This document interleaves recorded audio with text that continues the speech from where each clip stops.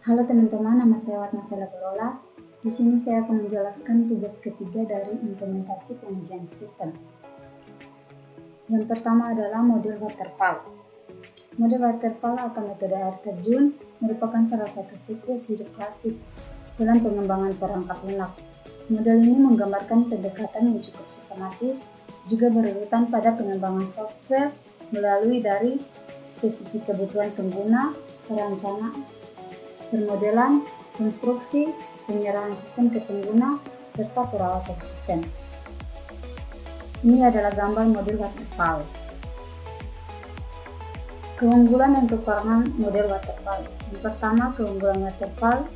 Metode ini adalah model pengembangan yang paling handal dan paling lama digunakan oleh para developer. Yang kedua, cukup untuk membuat software dengan skala besar. Yang ketiga, cocok untuk mengembangkan sistem bersifat generik. Dan yang keempat, pengerjaan proyek sistem akan mudah dikontrol dan terjadwal dengan baik. Yang berikut adalah kekurangan waterfall. Yang pertama adalah persyaratan sistem harus digambarkan dengan jelas. Yang kedua, rincian proses harus benar-benar jelas dan tidak boleh berubah. Dan yang ketiga adalah sulit untuk beradaptasi jika ada perubahan spesifik pada suatu tahap pengembangan. Model spiral. Model spiral merupakan penggabungan dari model prototyping dan model waterfall. Model prototyping yang fokus pada pengujian atau presentasi kepada user dengan format input dan output, kemudian perangkat lunak akan dievaluasi. Ini adalah gambar dari model spiral. Kelebihan model spiral. Yang pertama adalah setiap tahap pengerjaan dibuat prototyping sehingga kekurangan dan apa yang diharapkan oleh user dapat diperjelas dan juga dapat menjadi acuan untuk user dalam mencari kekurangan kebutuhan. Yang kedua, lebih cocok untuk pengembangan sistem dan perangkat lunak skala besar. Yang ketiga, dapat disesuaikan agar perangkat lunak bisa dipakai selama hidup perangkat lunak komputer. Yang keempat, pengembangan dan pemakaian dapat lebih mudah memahami dan bereaksi terhadap risiko setiap tingkat evolusi karena perangkat lunak terus bekerja selama proses. Dan yang kelima, menggunakan prototype sebagai mekanisme pengguna risiko dan pada setiap kejadian dalam evaluasi produk. Kekurangan model spiral. Yang pertama, banyak user yang tidak percaya bahwa pendekatan secara evolusioner dapat dikontrol oleh kedua pihak. Model spiral mempunyai risiko yang harus dipertimbangkan ulang oleh user dan developer. Yang kedua, memerlukan tenaga ahli untuk memperkirakan risiko dan harus mengandalkan supaya sukses. Yang ketiga, belum terbukti apakah metode ini cukup efisien karena usianya yang relatif baru. Yang keempat, memerlukan penaksiran risiko yang masuk akal dan akan menjadi masalah yang serius jika risiko mayor tidak ditemukan negatif. Dan yang terakhir, butuh waktu lama untuk menerapkan paradigma ini menuju kepastian yang absolut. Yang berikut adalah model inkremental.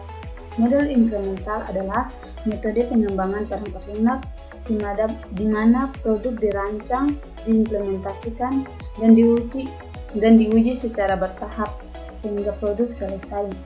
Model ini menggabungkan elemen-elemen waterfall dengan filosofi interaktif dari prototyping.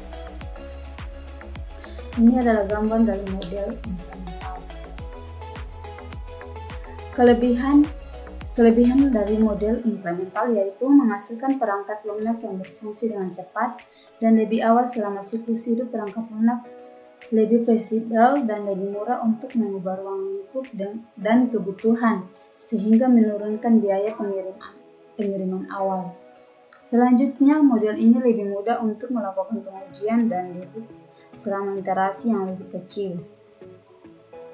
Kelemahan dari model inkremental ini antara lain membutuhkan desain dan rencana yang baik, membutuhkan definisi keseluruhan sistem yang lengkap sebelum dipecah menjadi beberapa increment dan total biayanya lebih banyak dari model waterfall. Yang berikut adalah model evolusi. Model proses evolusi didasarkan pada pemahaman bahwa software yang dibuat akan mengalami perubahan secara perlahan-lahan sepanjang waktu. Hal ini disesuaikan dengan perkembangan bisnis dan spesifikasi hardware. Model evolusi bersifat iteratif atau berulang, sehingga hasil proses berupa produk yang makin lama makin lengkap sampai versi terlengkap dihasilkan sebagai produk akhir dari proses.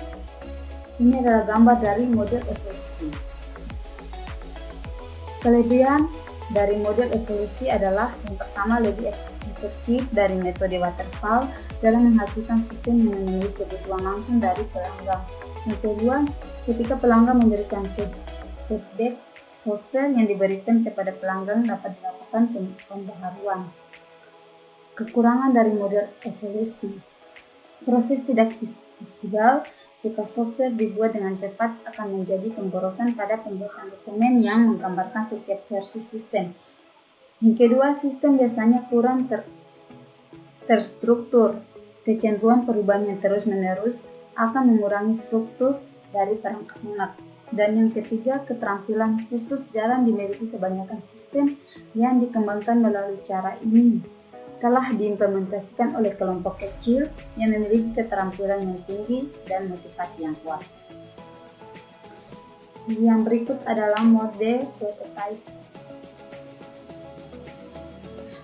Metode prototype merupakan satu metode dalam pengembangan perangkat lunak.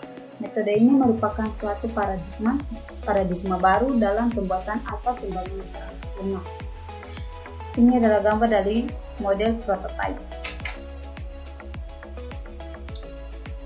Kelebihan dan kekurangan metode prototype. Yang pertama, kelebihan metode prototype adalah menghemat waktu dalam pengembangan sistem. Yang kedua, penentuan kebutuhan lebih mudah diwujudkan. Yang ketiga, klien berpartisipasi aktif dalam pengembangan sistem, sehingga hasil perangkat lunak mudah disesuaikan dengan kebutuhan dan keinginan pelanggan. Yang keempat, komunikasi yang baik antar pelanggan dan pengembang. Yang kelima, pengembang dapat lebih mudah dalam membantu kebutuhan pelanggan. Kekurangan metode prototype. Yang pertama, proses perencanaan dan analisis terlalu singkat. Yang kedua, biasanya kurang fleksibel dalam menghadapi perubahan. Yang ketiga, pengembang kadang-kadang membuat kompromi implementasi dengan menggunakan sistem operasi yang tidak relevan dan algoritma yang tidak efisien. Yang berikut adalah V-model. V-model merupakan perluasan dari model waterfall karena mempunyai tahapan yang mirip dengan perluasan model waterfall. Model waterfall itu ialah model yang melakukan pendekatan pada pengembangan perangkat lunak secara sistematis dan sekuensial atau berurutan, dimulai dari communication sampai dengan tahap deployment. Ini adalah gambar dari V-model.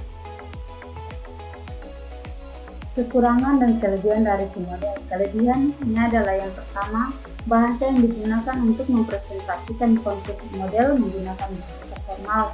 Yang kedua, meminimalisir kesalahan pada hasil akhir karena ada tes pada setiap prosesnya. Yang ketiga, penyesuaian yang cepat pada proyek yang baru. Yang keempat, memudahkan dalam pembuatan dokumen proyek. Yang kelima, biaya yang murah dalam perawatan dan modifikasinya. Yang keenam, V-model sangat fleksibel. Kekurangan dari V-model yang pertama, V-model hanya difokuskan pada proyeknya saja, bukan pada keseluruhan organisasi. V-model adalah proses model yang hanya dikerjakan sekali selama proyek saja, bukan keseluruhan organisasi. Yang kedua, V-model terlalu fleksibel dalam arti ada beberapa aktivitas dalam V-model yang digambarkan terlalu abstrak sehingga tidak bisa diketahui dengan jelas apa yang termasuk dalam aktivitas tersebut dan yang tidak. Rat model. Pengertian rat model ialah model proses pengembangan perangkat lunak yang bersifat inkremental terutama untuk pengerjaan yang pendek. Saat modul dibagi menjadi beberapa modul dan dikerjakan secara bersama-sama dan sesuai dengan waktu yang ditentukan. Ini adalah gambar dari RAT model. Kelebihan dan kekurangan RAT model. Kelebihan RAT adalah mudah mengakomodasi perubahan sistem. Yang kedua, progress development bisa diukur. Yang ketiga, waktu interaksi bisa diperpendek. Yang keempat, mengurangi waktu development. Yang kelima, mempermudah untuk mendapatkan feedback user. Yang keenam, cocok untuk sistem yang berbasis komponen dan terukur. Yang ketujuh, mudah dalam menentukan dasar sistem. Dan yang terakhir, cocok untuk proyek pengembangan yang membutuhkan waktu singkat. Kekurangannya adalah membutuhkan developer ataupun desain yang berpengalaman. Yang kedua, manajemen yang kompleks. Dan yang terakhir, hanya untuk sistem yang bisa dimodulkan. Yang bisa dimodulkan dan bisa dibangun. Sekian.